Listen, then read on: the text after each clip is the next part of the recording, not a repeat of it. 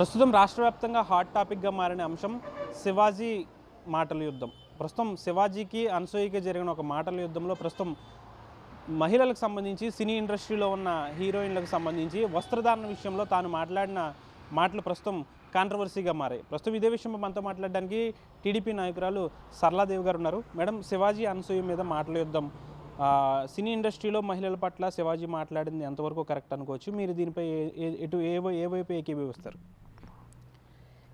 నేనైతే ఏకీభవించడం అని కాదు కానండి, విషయం మీద మాత్రం కొంచెం అవగాహనతో నేను చెప్పగలను. నిరంతరం అటు రాజకీయ వ్యవహారంలోనూ మేము నడుస్తూ ఉంటాము, అదేవిధంగా లయన్స్ క్లబ్ లాంటి సేవా కార్యక్రమాల్లోనూ మొత్తానికి ఏమైతే సమాజంలో వివిధ మనుషుల మధ్యన నిరంతరం తిరిగే వ్యక్తులు మేము.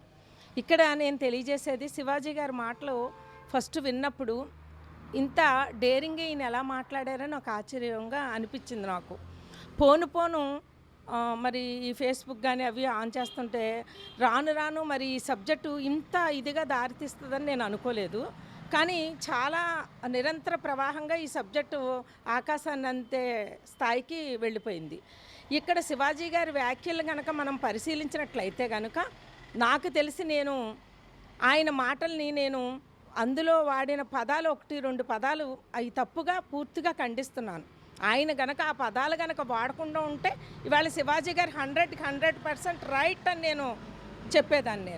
ఆ పదాలు వాడడం వల్ల ఆయన ఇంతమంది తప్పు పడుతున్నారు.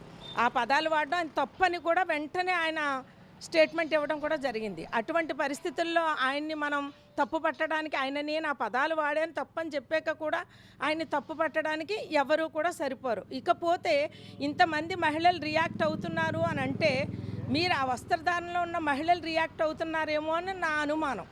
ఇప్పుడు ఒక భారతదేశంలో పుట్టాక మనకు ఒక సంస్కృతి ఉంది, ఒక సాంప్రదాయం ఉంది, మనకంటూ ఒక కట్టుబట్టు ఉంది. ఆ వ్యవస్థలో ఉన్న మహిళలకి ప్రతి ఒక్కళ్ళు ఒక గౌరవం ఇస్తారు. అటువంటి గౌరవప్రదమైన స్థానంలో ఉన్న శ్రీమూర్తులు మన హిందూ భారతదేశంలో అత్యధిక సంఖ్య. పాశ్చాత్య దేశాలు కూడా మనల్ని గౌరవించేది అక్కడే. ఈరోజు నానాటికి కూడా ఆ సంస్కృతి దిగజారుతుంది. ఇప్పుడు మాట్లాడుతున్న కొంతమంది మహిళల వల్ల, వారు వేసుకున్న దుస్తుల వల్ల నేనైతే పూర్తిగా ఖండిస్తున్నాను. ఇప్పుడు మాట్లాడుతున్నారు శివాజీ గారి గురించి, దుస్తులతో మీకేం పని, మహిళలు మా దుస్తులతో మీకేం పని, ఏ దుస్తులు వేసుకుంటే మీకేం పని అని. మరి ఆ భాషకు వస్తే ఏ దుస్తులతో మీరు వేసి తిరిగితే మరి ఈరోజు మీరు మరి ఎవరైనా మిమ్మల్ని రోడ్డు మీద ఏదైనా చేసినా, ఎక్కడైనా ఎవరైనా అసభ్యంగా ప్రవర్తించినా ఆ టైంకి ప్రతి స్పాట్లో మీకు మహిళలు రారు కదా అక్కడికి. ఎక్కడైనా సరే ఉండేది గబుక్కుని జెంట్సే, వాళ్ళే మిమ్మల్ని రక్షించాలి. ఒక మాట అన్నా వాళ్ళే అంటారు, రక్షించాలన్నా వాళ్ళే అంటారు. మన ఇంటి దగ్గర నుంచే చూసుకుందాం, మనకు ఒక సంస్కృతి ఉంది. ఈరోజు ఇంటిలో మనకి చిన్నతనం నుంచి మన వస్త్రధారణ బాగోకపోయినా, మన మాట బాగోకపోయినా మనకి ఎవరు చెప్తారండి? మన తండ్రే చెప్తారు మొట్టమొదట. మనం ఎదిగే కొలది మన అన్నదమ్ములు కూడా మనకి చెప్తూ ఉంటారు.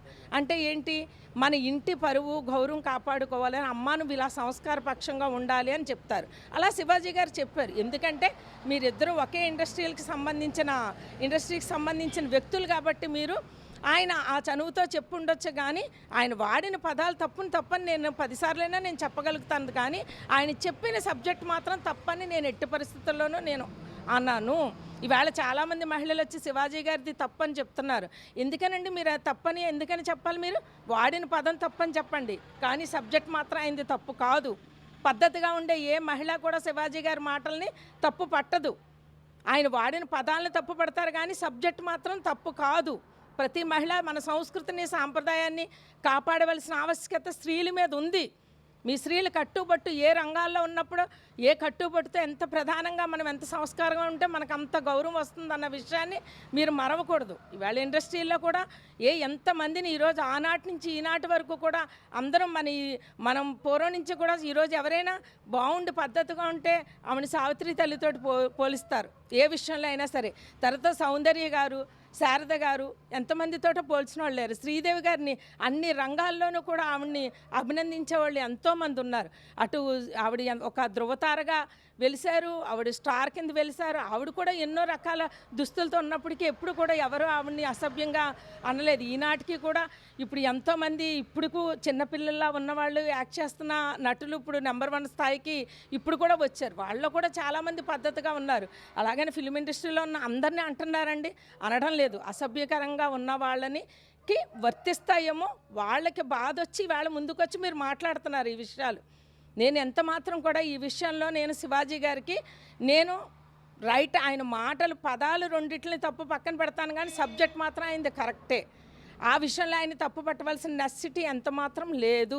ప్రతి స్త్రీ కూడా ఇక్కడ ఆలోచించవలసింది, మనం అసభ్యకరమైన దుస్తులు వేసుకుంటే స్త్రీ మీద ఇటువంటి మాటలు వస్తాయా వెనకాల అన్నది ప్రతి స్త్రీ గ్రహించుకుని ఆ విధంగా మలుచుకుని మన సంస్కృతి సాంప్రదాయాన్ని పెంపొందించేలాగా, మన కుటుంబానికి సమాజానికి పేరు తెచ్చిపెట్టేలాగా ప్రతి స్త్రీ మలుచుకోవాలన్నది నా విన్నపంగా నేను తెలియజేస్తున్నాను. ఈ విషయంలో శివాజీకి కూడా పెద్ద ఎత్తున మద్దతు అనేది వస్తుంది. దీన్ని ఏ విధంగా?